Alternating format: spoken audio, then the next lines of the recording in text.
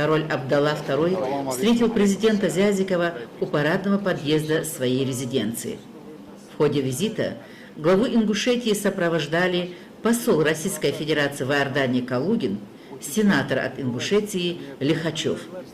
Встреча президента Республики Ингушетия и короля Иордании проходила в дружеской атмосфере. Она представляла взаимный интерес, так как здесь решались взаимовыгодные практические вопросы. Король Иордании проявил готовность сделать со своей стороны все необходимое для укрепления отношений между двумя странами, которые отвечали бы их общим интересам.